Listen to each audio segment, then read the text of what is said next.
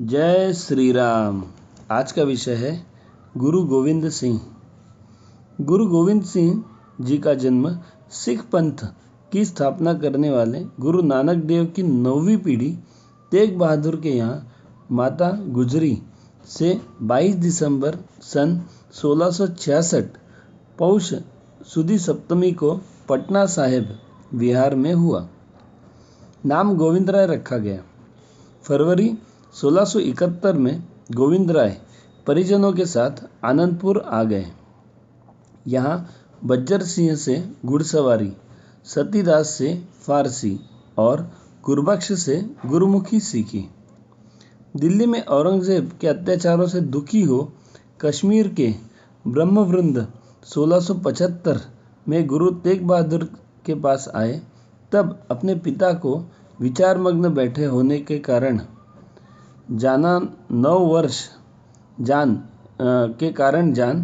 वर्ष के गोविंद राय ने कहा, आपसे बढ़कर और कौन गौरवशाली धर्मात्मा पुरुष हो सकता है।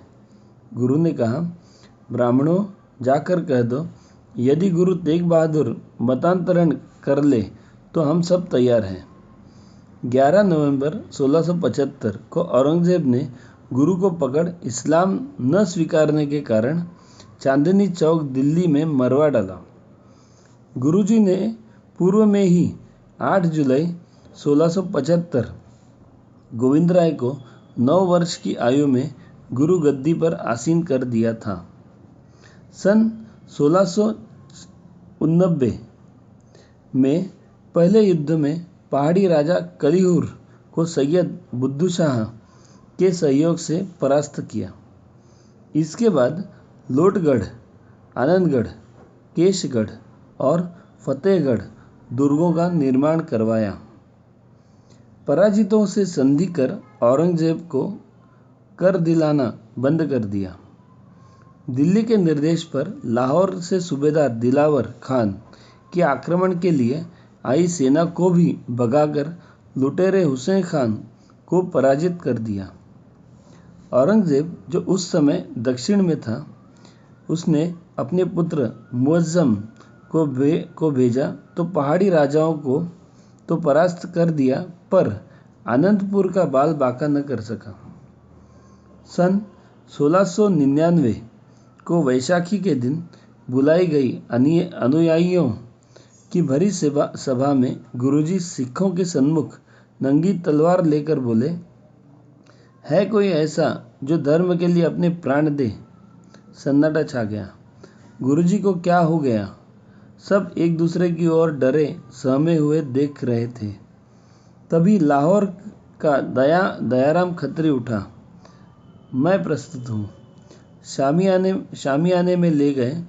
खच्च की आवाज़ आई, रक्त लगी नंगी तलवार ले। वही आवाज़ फिर लगाई और इस क्रम में धर्मदास जाट दिल्ली, मोहकम चंद्र द्वारका, हिम्मत राय रसोइया जगन्नाथपुरी और 5वां साहिब चंद नाई बिदर सामने आ गए।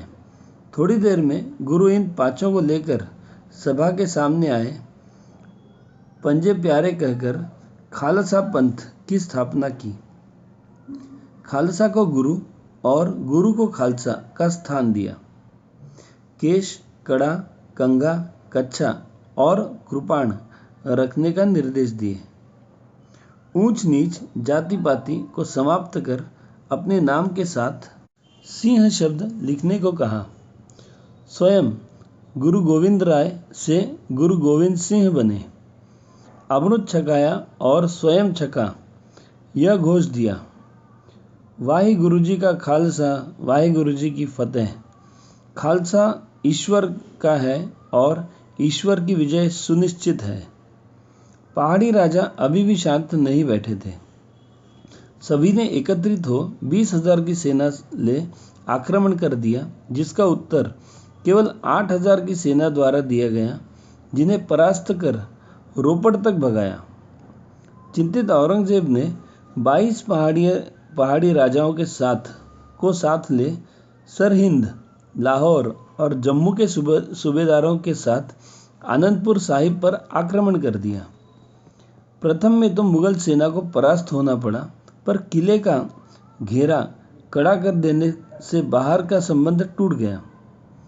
संकटजान 21 दिसंबर सन 1704 को पत्नी, 4 बच्चों, सैनिकों को लेकर किला छोड़कर निकल गए। पता लगने पर युद्ध हुआ, जिसमें 19 वर्षीय अजीत सिंह और 14 वर्षीय जुझार सिंह युद्ध में शहीद हो गए। 40 सिखों को ले गुरुजी चमकौर की गढ़ी में पहुंच गए, पर परिवार के शेष लोग, दोनों छोटे बालक और माँ गुजरी, भटक कर पुराने रसोइया गंगाराम के गांव पहुंचे, जहां उसने विश्वासघात कर सरहिंद के सूबेदार वजीर खान को सौंप दिया। वजीर खान ने जीवित ही जोरावर सिंह और फतेह सिंह को दीवार में चुनवा दिया, पर उन्होंने मुस्लिम धर्म स्वीकार नहीं किया। यह दुखद समाचार सुन माता गुजरी ने प्राण त्याग दिए। गुरु की दोनों पत्नियां सुंदरी और साहिबा देवी भाई मणि सिंह के साथ दिल्ली पहुंच गई। गुरुजी ने चमकौर से 3 साथियों के साथ निकलकर पुनः सेना एकत्रित की। तभी खिंडराना यानी मुक्तसर में वजीर खां की सेना से मुठभेड़ हो गई। 40 सिखों के पराक्रम से गुरु ने वजीर खां को पराजित कर तलवंडी साबू यानी दमदमा पहुंच गए। यहाँ पर रहते गुरु ने गुरु ग्रंथ साहिब को पुनः संपादित किया। आगे यह स्थान सिखों की काशी के रूप में परिचित हो गया। दक्षिण को जाते समय गुरु की उज्जैन के संतों नारायण दास के बताए अनुसार नावेर के बैरागी माधोदास से भेंट नांदेड़ में हुई। गुरु गद्दी पर जा बैठे। माधोदास ने वहां से हटाने के लिए मंत्रों का प्रयोग किया, पर सफलता न मिलने से उनकी शक्ति को समझ उनके द्वारा पूरे देश की स्थिति को सुन वह गुरुजी का बंदा यानी गुलाम हो गया। अब वह बंदा बैरागी कहलाने लगा। गुरुजी ने अपने छूटे हुए कार्य को करने के लिए उत्तराधिकारी के नाते उन्हें पंजाब भेज दिया। वीरों को प्रेरित करते हुए कहते 1.25 लाख से एक लड़ाऊं, चिड़ियों से मैं बाज तुड़ाऊं, गायों से मैं सिंह लड़ाऊं, तो गुरु गोविंद सिंह नाम कहाऊं। खालसा पंथ की सफलता के लिए भगवती की प्रार्थना। सकल जगत में खालसा पंथ गाजे, जगे धर्म हिंदू सकल भंड भाजे करने वाले वीर शिरोमणि गुरु गोविंद सिंह जब नांदेड़ यानी महाराष्ट्र में विश्राम कर रहे थे, तभी एक पठान ने आक्रमण कर दिया। यद्यपि गुरुजी ने अपनी तलवार से उसे मार डाला और अन्य 2 साथियों को भी बाहर खड़े लोगों ने मार डाला। 3-4 दिन के बाद 7 अक्टूबर 1707 में वाहेगुरु जी की फतेह बोलकर अपने प्राण छोड़ दिए। भारत माता की जय।